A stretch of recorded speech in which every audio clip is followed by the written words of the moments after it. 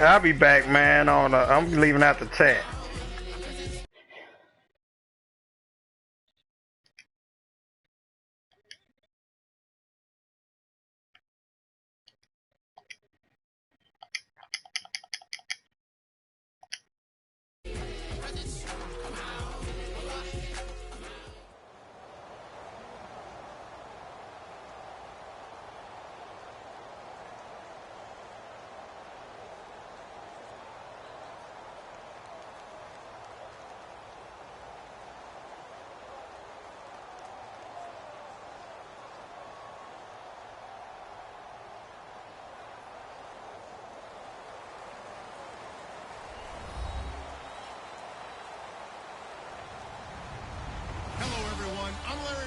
Welcome to the NFL on EA Sports.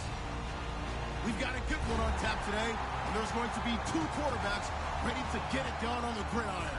It's Brady's Patriots going up against Brady's Saints.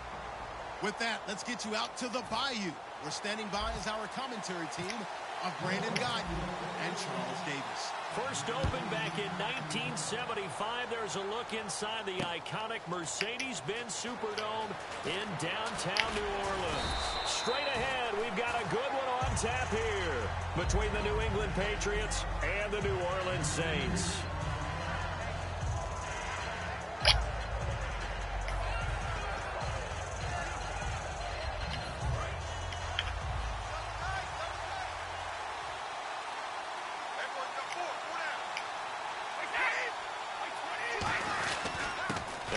Carry for LeGarrette Blount, and he'll work his way across the 30 to the 32.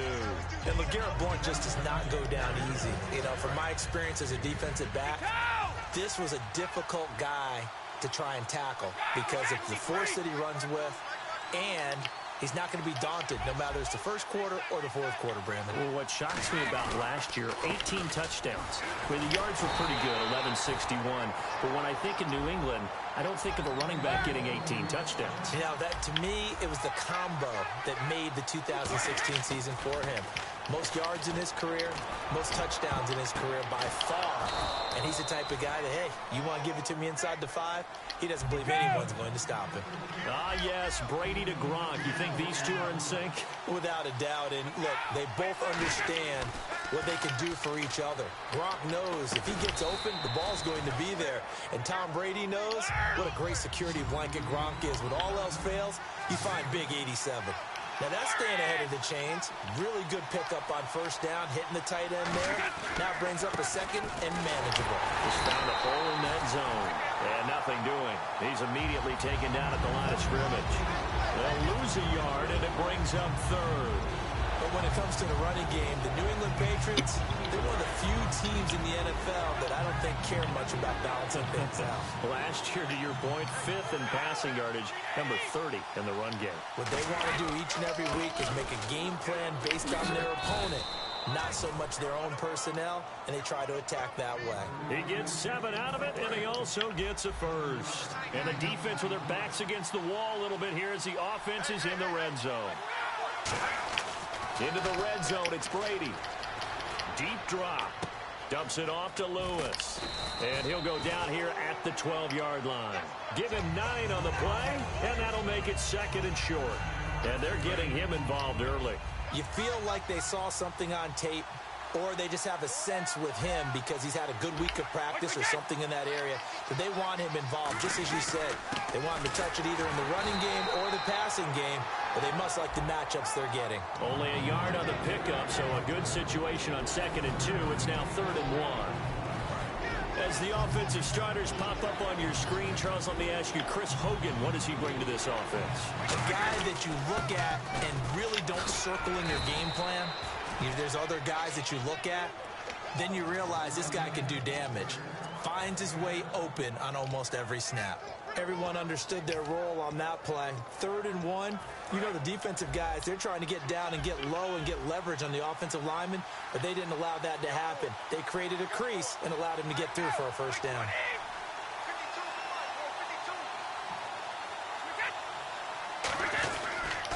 Now a toss play to Blount.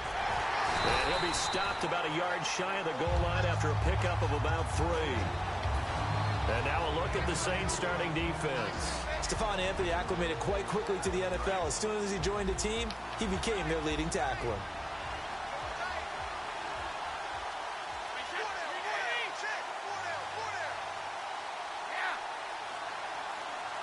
Brady's going to sneak it, and he is in. Touchdown, New England. Tom Brady taking it in. And the Patriots drive right down the field and score on the opening drive. And he gets it to make it 7-0 Patriots. Gostkowski now after the touchdown. He'll send this one away. On the return, here's Marcus Murphy. And they're going to start this drive in pretty good shape as they get it up past the 30.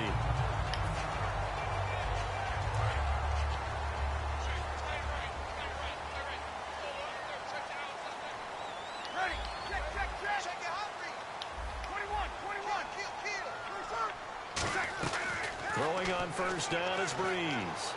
Sideline throw, it's complete. And a nice job there of keeping the toes in bounds. If you're running out route, it's likely you end up near the sideline. And what did we just see there? Toe tap. You got it. The benefits of practice. Toe tapping, foot dragging, picking it up, and making sure it was a catch. Caught by Snead over the middle. And he'll be taken down, but not before getting this inside the 30. I know many people like to throw to the tight end, maybe in a little flexed out position because he creates mismatches with his size. The slot receivers do the same thing with their quickness, their speed, and their route running savvy. And he'll lose yardage. Brought down at the 32. With Charles Davis, I'm Brandon Gaudin. It's Saints football to begin quarter number 2, but they face a second and long to start things out.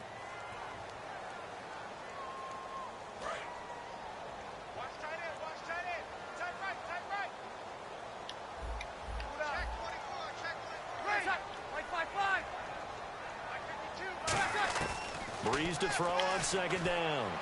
Trying to lay one up. Got a man open. It's Thomas. It's a touchdown for New Orleans. Their dangerous wide receiver. God damn. 31 yards. And the Saints are within an extra point of tying this thing up. So a tie ball game here as the kick's away. That'll be taken in the end zone. And he'll get it up to about the 26-yard line just across the 25. Here come the Patriots again on offense, the Super Bowl champions. And, boy, they have been able to do it a lot of times, Charles, with unsung heroes, haven't they? Look at the names that led them through the playoffs. Hogan, White, Lewis, guys you just wouldn't think of. Yeah, Deion Lewis, a 5th-round pick, 3 touchdowns against Houston in the divisional round. Chris Hogan, undrafted. He ends up having 180 yards in receptions, including 5 plays of 20 yards or more against the Pittsburgh Steelers. And how about James White, a 4th-round pick out of Wisconsin? Think about who he played behind while he was at Wisconsin, and he turns out to be the unsung hero of the Super Bowl. Would have been the MVP if it wasn't for Tom Brady. And you mentioned James White at Wisconsin. He was behind who? Melvin Gordon and Monte Ball, right? That's correct. Now Brady. And he's going to be wrapped up and driven down. Cameron Jordan in there to drop him, and it'll be a loss of about 8. Sometimes I watch games and wonder why they use play fakes on certain passing situations because it's not going to fool anyone. I don't know if that was the case here, but the end result was the same. No one fooled. Quarterback was hit. And he'll get it into enemy territory just across midfield at the 49. The offense staying out. They're going to go on 4th and 2. That's certainly playing down a distance very well by the defense, isn't it? Take whatever you want underneath, by all means. And he will find his man. That's Hogan complete. It's a gain of 5. And they're able to pick up the conversion here on 4th down. We always talk about big-time players make big-time plays in big-time moments. I think that 4th down qualified. That was a heck of a throw.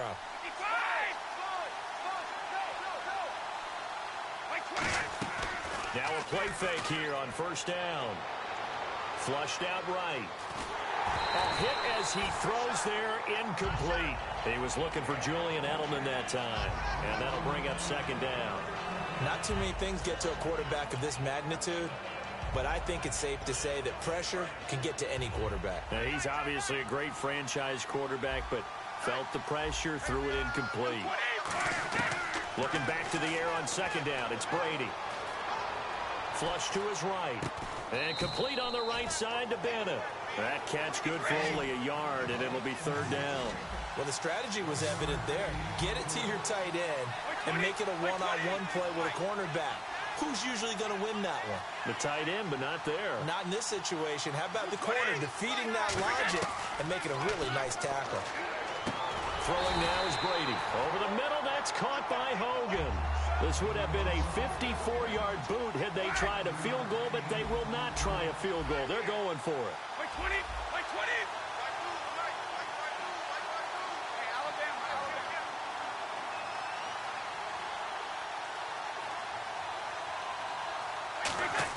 He'll go for it. It's Brady. And this is incomplete. That incompletion, Charles, gives me a chance to put you on the clock real quick. NFC teams last year that did not make the playoffs that might make a push this coming year. Well, three that come to mind right away that we thought were going to be in 2016. Minnesota, remember the start they got off to before that didn't work out so well for them. Arizona, we thought they were a lock to be in the playoffs. In fact, many of us called them Super Bowl contenders. And Carolina, the defending NFC champs going into last season, they didn't make it. So I think that all three could return to former glory. I'm going to give you one way off the pace here. You ready? Let's go. The Los Angeles Rams. They get the young quarterback going, and that defense continues to live up to expectations.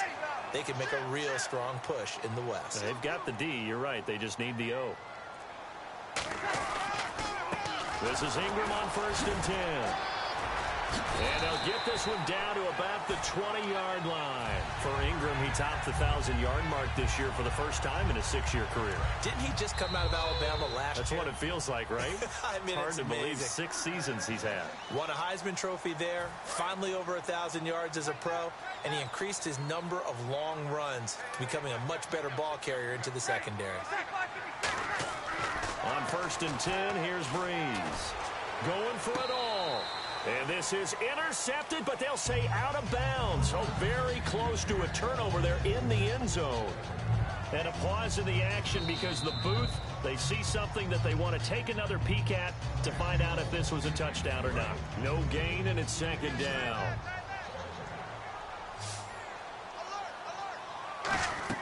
Back to the air on second down. It's Breeze. They go screen. This is Ingram. Give them 5 on the screen play, and that'll set up a third down. The screen was executed and completed, but where's the worry on the play? How many times is a quarterback going to get hit? Because offensive linemen have to do an acting job of making sure it looks like they're whiffing on blocks. But you got to slow them down a little bit, because if you don't, that's a lot of big guys coming at your quarterback in a big, fast way. And, boy, he can get hurt. Out now is the field goal unit for New Orleans. And his kick here is good. And they take the lead here now at 10-7. So the drive stalls out, but they are able to put 3 points on the board. Yeah, just a yard or two shorter than an extra point. So no problems converting there. That's fielded in the end zone. And he'll get it up past the 20 to the 22-yard line. Okay, partners, New England comes out here to take the field on offense. This is such an interesting story, how they've been able to do it year after year after year. Guys talk about parity in the NFL. Well, New England has kind of transcended that parity, and they've done it with guys that you don't normally think of as household names. The parts keep changing for New England. That's the amazing part on offense, all right? Offensive linemen change, receivers change, running backs change. We know the one constant is Tom Brady, and that's a huge deal for them. But to be able to do it in what you call the parity times, and you're exactly right, everyone's supposed to be pretty equal. New England still a top 10 offense year in and year out. In 2016, they were number 4, and that helped them with the number 1 ranked defense as well. To throw is Brady. Going underneath to Blunt. And brought down, but able to get it to their 30-yard line. Now whistles come in. We're going to get a timeout here by the offense. It's just their first, so they'll have 2 remaining here before we get to halftime. Offense comes to the line now, 1st and 10. On 1st and 10. Here's Brady. And this is incomplete. Unable to get it to Gronkowski that time. And that'll bring up 2nd down. 2nd down following the incompletion.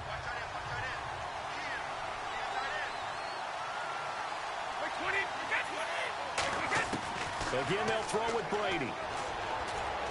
It's caught outright, Amendola. And he'll be brought down at the 21, just shy of the 20 in the red zone. When you see zone defense and you know you've got a drag route on as your primary call, you've got to be really careful as a passer about how far you let your guy go because he might wander into some tough coverage. And this is going to be incomplete. Gronkowski, the intended target, and it brings up 4th down. On 3rd and 1, I think everyone in the stadium thought they'd try and run the football there, but they tried to surprise the defense and hit something through the air. Instead, it results in an incompletion. It would be a very makeable field goal try from here, but instead they're going to go for it. Brady to throw for it on 4th down. And this is caught. It's pulled in by Gronkowski. And he's going to get into the end zone. So cue up the Gronk spike. Gets a Patriot touchdown. Rob Gronkowski as the first half is winding down. And once again, the Patriots are back out in front. Gostkowski now, after the touchdown, he'll send this one away. And this will be a touchback as that sails over the end line. And now the Saints get set to trot out there. And with time quickly fading here in the 2nd quarter, not sure how aggressively, offensively they want to play this. I think we'll find out just how much they trust their guys in this situation if they decide to take a shot. Breeze now on 1st down. And it pops free. The collision there jarred the ball loose and brings up 2nd down. And on 2nd and 10 now.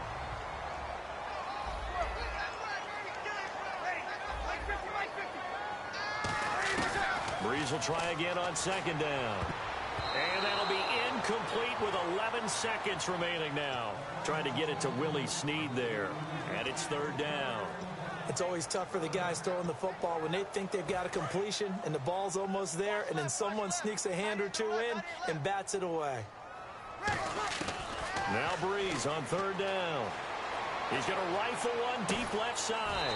He's got a man complete. Now hold everything here. We're going to get a timeout by the offense. It's just their first, so they'll have 2 remaining here before we get to halftime. And he has got it from 55 yards away. That was never in doubt. So we've hit intermission. It's halftime. This is the NFL, and it's a presentation of EA Sports. So both teams have their marching orders, and we'll get going again here in quarter number 3. Fairly short kick, taking it to 14 here. And he'll return this one all the way onto the other side of the field. Out come the Saints now. They'll go on offense first here to begin the 3rd quarter. They're down here, but very much in this game. What's the tonality of a coach's talk when a game is within striking distance like this at intermission? Typically, what they're doing is emphasizing the things that went well in the first half and wanting more of that. Sure, you've got to go. Trying to get it to Thomas, and it's intercepted. Picked off by Patrick Chung. And his crew will take over with a football at the 35-yard line. So here are the Patriots now. They get ready for their first possession of half number 2. And they were able to punch it in the end zone last time. They'll be looking to do that again here for the defense. Obviously, they'll be looking to stop them from punching it back in the end zone. It always is punch-counter-punch, isn't it? And which team has the advantage? Well, let's just go back. Last time on offense, they rolled downfield, got into a good rhythm. You can see a little more bounce in and out of the huddle. You can see the sideline really get into the game. So defensively, you're thinking to yourself, how do we take that away from them? How do we get the advantage back? Let's see what they come up with. I think pressure is always the first way to go. You love pressure. We'll see if they dial it up this drive. On the stop, it's Delvin Breaux. And quickly, they get to the line. Brady gives now to Blunt. And he's got some space here. And he's brought down. They pick up 12 on the play there, and they move the chains. How many times do we say in this game that speed kills, and it does it in so many different ways? In this case, you got a back who's quick and shifty, can make moves, make people miss, but also gets to and through a hole before it can close down. That's some of the benefits of that speed, not just outrunning people in the secondary, and that led to a really nice game. Tough day, tough sledding right there, and it's been that way the entire game. Not a whole lot of room to ramble for him. Yeah, you're right. It's been that way all afternoon. Didn't get a whole lot better there. Shift together here from the D-line. Now they'll throw with Brady. Quickly to Gronkowski. That's caught. The reception good for 7. It's third down. There's a completion to the tight end, and I think that we're looking at something out of central casting, frankly. Absolutely. I mean, size, the hands. Speed. I mean, can flat-out run. You put that whole package together, you light up the eyes of an offensive coordinator, don't you?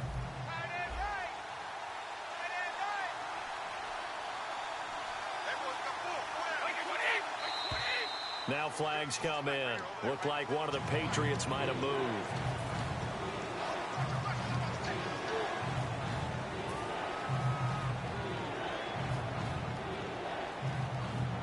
They need to get to the 29 if they want to pick up a first here on third down.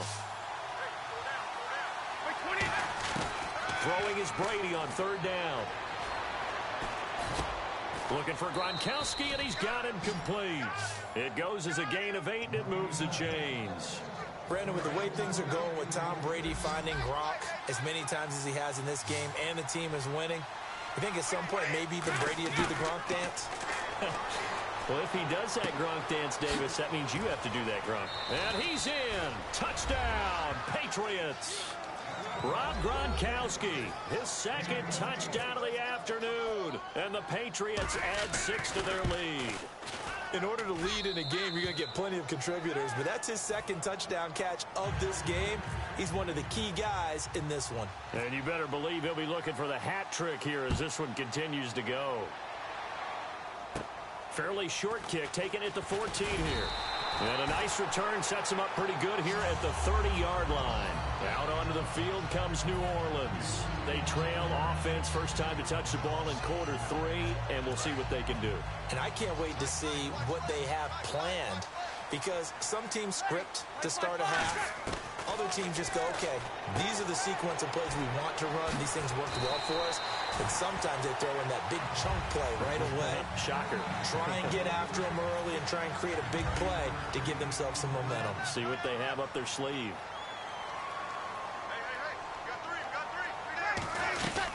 They'll run it now out of the gun.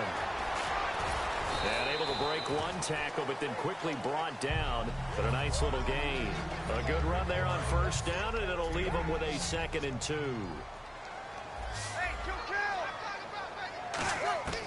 Breeze to throw on 2nd down. Left side and caught by Flainer. And he's going to be out of bounds down inside the 20. That one goes for 24 yards. And there's another completion to the tight end. And let's face it, it is hard to overthrow a 6'6" target. It is indeed. Quarterbacks like their speed guys. They like that huge 6'6" target that they've got in him. They really do. And it reminds me of what one great tight end told me once. He told his quarterback, just make sure you throw it up there. You know, kind of like put up on the top shelf where the kids can't get it. And on the outside, they're playing press coverage. Well, he caught it right at the line of scrimmage, and before he could even think about advancing it forward, he got hit. Great tackling, because that's what you're taught. Don't give up yards after the catch, and most offenses make a living off of yards after. And he'll take it into the end zone for the Saints touchdown. Willie Snead, an 18-yard touchdown grab, and the Saints move back within a couple of the lead.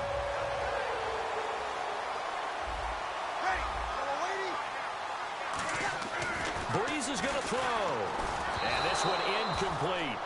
So they went for the 2. They don't get it. They made the decision to go for 2. They didn't get it. They remained down by 2 points. Should they have kicked it there? A third quarter, I'm okay with it. Maybe first or second, you don't. I don't know. What do you think? Yeah, I'm again, I keep coming back to, I don't like to chase a lot of points, but I also don't know what kicking an extra point being down 1 does for me. Any return that gets you to midfield is a great return. 1 first down, and you're almost in field goal position. So the Patriots coming out now, and they'll just simply be looking to build off the confidence of the last time out where they scored a touchdown. And confidence is powerful, isn't it? When you've scored once, you feel like you can go back out there and get it done again. Doesn't matter what the defense throws at them. They feel like they're in a groove right now, and they want to get out there and show it. Yeah, hoping to stay in that groove here this go-around. Boy, that's a lot of sirloin steak to be taken down for no gain, partner. Are you trying to suggest that he is a huge man? He is not just a big man, a huge man. Big boy. Well, how about the credit then for the defense to be able to chop that big tree and put him on the ground? I know back when you played, it took 4 of you to take a guy like that down, right? Well, that's for sure. And you know what else? I didn't want to challenge him at dinner either. Back now here live in New Orleans. It's been a good one so far. Just a 2-point game here as we get set for quarter number 4.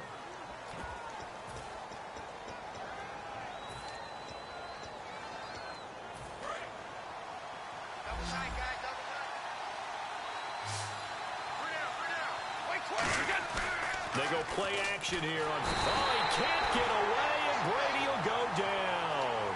They'll wind up losing 8 on the sack there, and it's 2nd down. Well, they go play fake. The problem is nobody was faked out. And when no one's faked out, what's the end result? Quarterback gets hit. Throwing now is Brady. And incomplete there. A nice hit. Jars the ball free and brings up 3rd down. So a 2nd down incompletion now brings up 3rd down.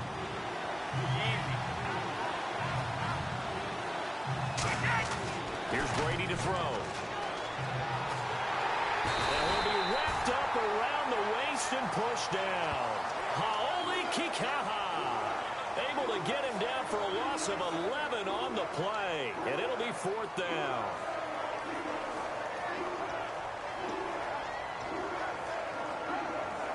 Here's Ryan Allen now, as he should be able to pin him back deep here with his first punt.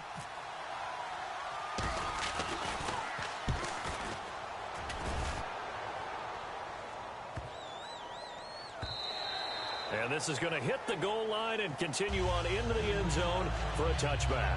Out onto the field comes New Orleans. And they're going to need another score. Got one last time, but still down here. When you're playing catch-up, every possession becomes crucial, doesn't it? It's vital.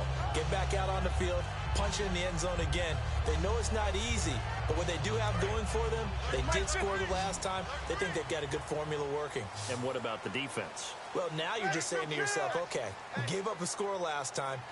What adjustments do we need to make to slow them down now and get the ball back for our own offense? Is it more pressure? Is it more zone? What do they have to do? They're trying to figure that out themselves. We'll see if they can figure that out right here. Give him 9 on the carry that time, and they're set up with a 2nd and 1. First play of the drive, let's give credit all around. Excellent blocking, but the guy carrying the ball, he was the finisher. A really nice run.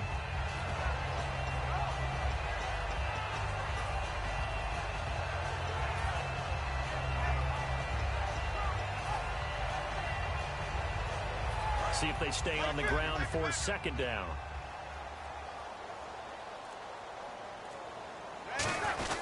Gives it to the fullback. This is Kuhn. And he's able to take this one up to the 35-yard line. It's a pickup of 6 and good enough to move the chains. And that looked like some pretty easy yardage there right up the gut. And he's a guy that has some height to him. So when you don't have to drop a shoulder or create or get through contact or trash, makes it a lot easier to stay upright, see the field, and make a run as we just saw there. On 1st down, Breeze. And the tight end has it. It's Flainer. Give him 9 there on the 1st down completion. Seeing that play and understanding just how tough it is to cover tight ends, especially the ones running around the NFL nowadays, makes me glad I didn't make it in that league. I would have had a really difficult time. But now you get to sit up here with me. Yeah, and that's fun, isn't it? And what a really nice gain right there on 1st down for them. Brings up a nice 2nd down for them. Looking to jam the receivers at the line here. Press coverage look defensively. They come up with one back. That's Ingram. And he'll get it up the middle. And running room scarce here. He's going to be stopped in his tracks at the line of scrimmage. And they'll lose a yard that time, and that's going to lead to a third down. And now it looks like they're going to be in the hurry-up. Breeze looking to throw on 3rd and 2. And it's a short one here, complete to the tight end. It's a gain of 4 there, and it gives him a new set of downs. And Brandon, from our time in college football, where receivers weren't running the traditional NFL route tree, one thing they did learn, find open areas, find soft spots, and set up and catch the ball. And I think we just saw that there. Yeah, a crusher there as it's intercepted. Picked off by Super Bowl. And he's free going down the left side. It's a foot race. And he takes this one back into the end zone. And the Patriot defense has a touchdown. That was an interception, but on the field, the guys who are picking it off, they're not saying that. What word are they using? It's Oski. And that means catch the ball and go the other way. That's your vernacular. I've never heard anybody say Oski. Ask around. They'll tell you. That'll be taken in the end zone. And a pretty good return here. He'll be stopped just shy of the 25 at the 24-yard line. Now the Saints, they trot their offense out here.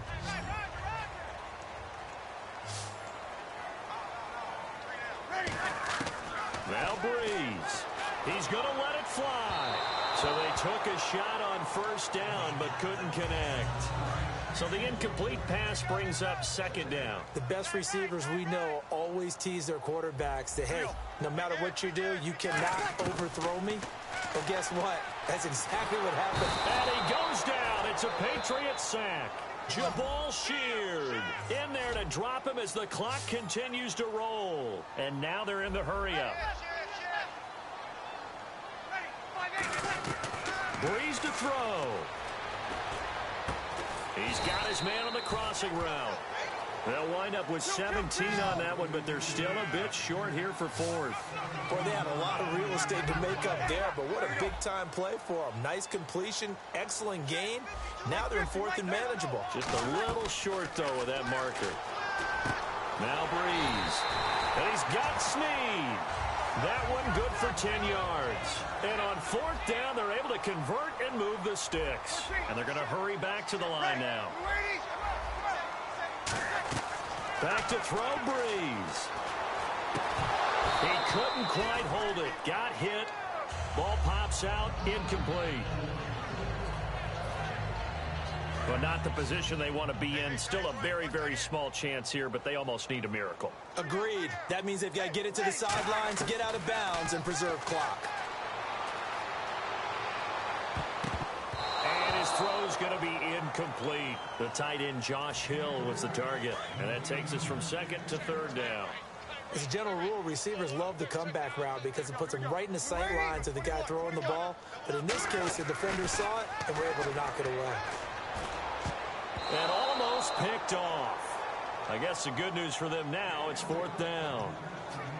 I know that interception was dropped, and it would have been their 3rd of the game, and I will guarantee you, in the huddle, on the bench, all the defensive guys have been talking about is, we've got this guy right where we want him. Who's going to get the next one? It almost becomes a challenge, and they missed a golden opportunity. And this is intercepted. The big fella. A great read, and it's picked off. And he takes this one back into the end zone. And the Patriot defense has a touchdown. So they go on 4th down. Not only do they not get it, it turns into 6 points the other way. Disastrous. And many people think you should just go ahead and knock it down in that situation. Turn it over for the offense. But I had a defensive coordinator recently tell me, we see that as a passive play. We don't do that anymore. We want the ball in our hands, and we want to head the other way. Probably also instinct a lot of times. If you see a lot of green grass ahead of you, go ahead and grab it. It's the exact right play to do. That's knowing when to break the rules and when to make a play that maybe you hadn't been taught. And he'll be brought down at the 23, make it the 24-yard line. The Saints coming out now to take the field. They can't do much at this point, partner. This one is going to go down in the loss column. You don't make up for what has happened during the game in this sequence here. Maybe you hand it off and let someone run the ball if you so choose. But otherwise, just kneel down, call it a day, and try and prepare going forward.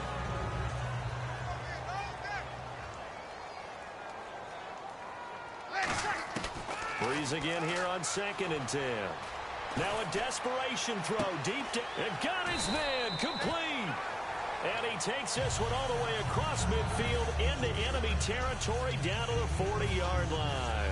Well, even after all those interceptions, he's not deterred, still confident to go deep at work there. I think all the old rules about playing that position still apply. If things go wrong, you still act like you're the best player out on the field. You still carry that supreme arrogance with you and continue to fire the ball. I've seen guys have games like this, and this is where you find out if you're great or not. Can you overcome some interceptions and still lead your team to victory? One thing I know from experience is that when the deep ball is thrown and you're the defender, you've got to fight that little bit of panic that emerges. You've got to play the ball really well. Now whistles come in. We're going to get a timeout here by the offense. That'll leave them with just one remaining in this 4th quarter of play. And this looks to probably be the final play. Hey. Got three. Ready. 5. 52's the line, boys. 52.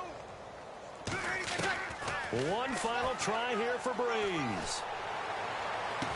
And this is intercepted. And that should do it. Picked off by Super Bowl 49.